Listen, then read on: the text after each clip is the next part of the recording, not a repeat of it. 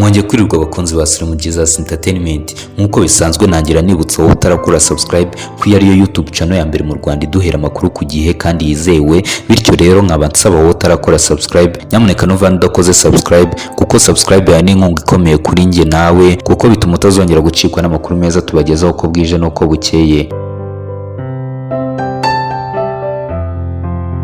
This is Slim Jesus Entertainment. Kora subscribe dukomeze tugendane gatanu kuri gatanu.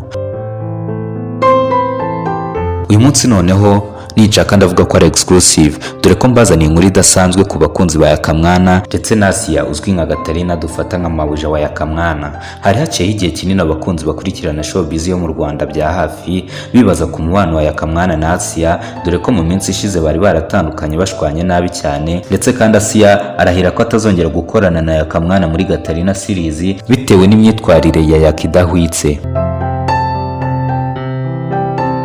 Kubakurikiranye neza urugendo rwa Yakamwana yatangiriye mu nkambi ya Gihembe yifata utuvideo yasinze ndetse kandi agahora yifata video ari gusaba agacupa umuvandimwe we babanaga mu nkambi uzwi nka Gatsiri. Ibintu byatumaga abantu babona Yakamwana mu Imana idasanzwe. Bityo rero umunyamakuru Manibra aza kuba yaganiriza Asia bitewe nuko yabonye Yakamwana birangira bafashe umwanzuro bombi yaba Asia ndetse na Manibra bafata umwanzuro wo gusanga Yakamwana Igicumbi bakamuzana muri projet ya Gatarina series, ikintu gifite ireme mu ntangiriro yo guhinduka k'ubuzima bwa Yakamwana.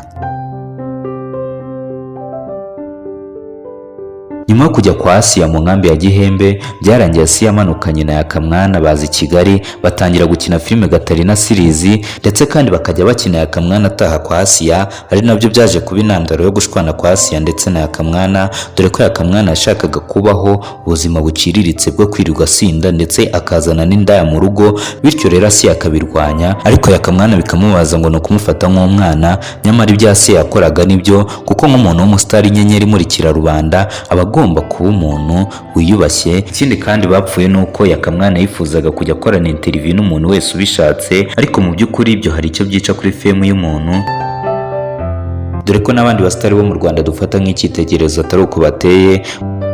Burya kuba umusitari ntibyoroshye kandi bisaba kwitwararika dore ko hari n'abo tubona ku ma YouTube ariko ukaba utapfa kumubona mu nzira kuko nibagerageje kugenda mu nzira bagenda bihishe. Ari nabwo buryo iyo utekereje neza Asia yashakaga ko Yakamwana abamo, ariko neza Yakamwana kubaho nk'umusitari bikamunanira.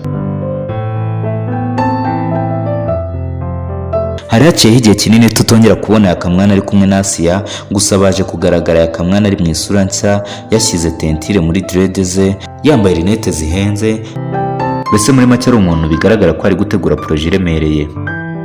Uwo dufata nka mabuja wa Yakamwana yadutangarije ko ari indirimbo nshya Yakamwana agiye gusohora, akaba ari indirimbo tutaramenya izina ryayo, ariko amakuru dufite nuko amashusho y'indirimbo ari gutunganywa na Faizo. Reka ndarikire wowe mukunzi wa Yakamwana ndetse kandi ukaba n'umukunzi wa showbiz nyarwanda gushyiraho urushinge kuko batubwiye ko iyi ndirimbo itazarenza ibyumweru 2 itarasohoka.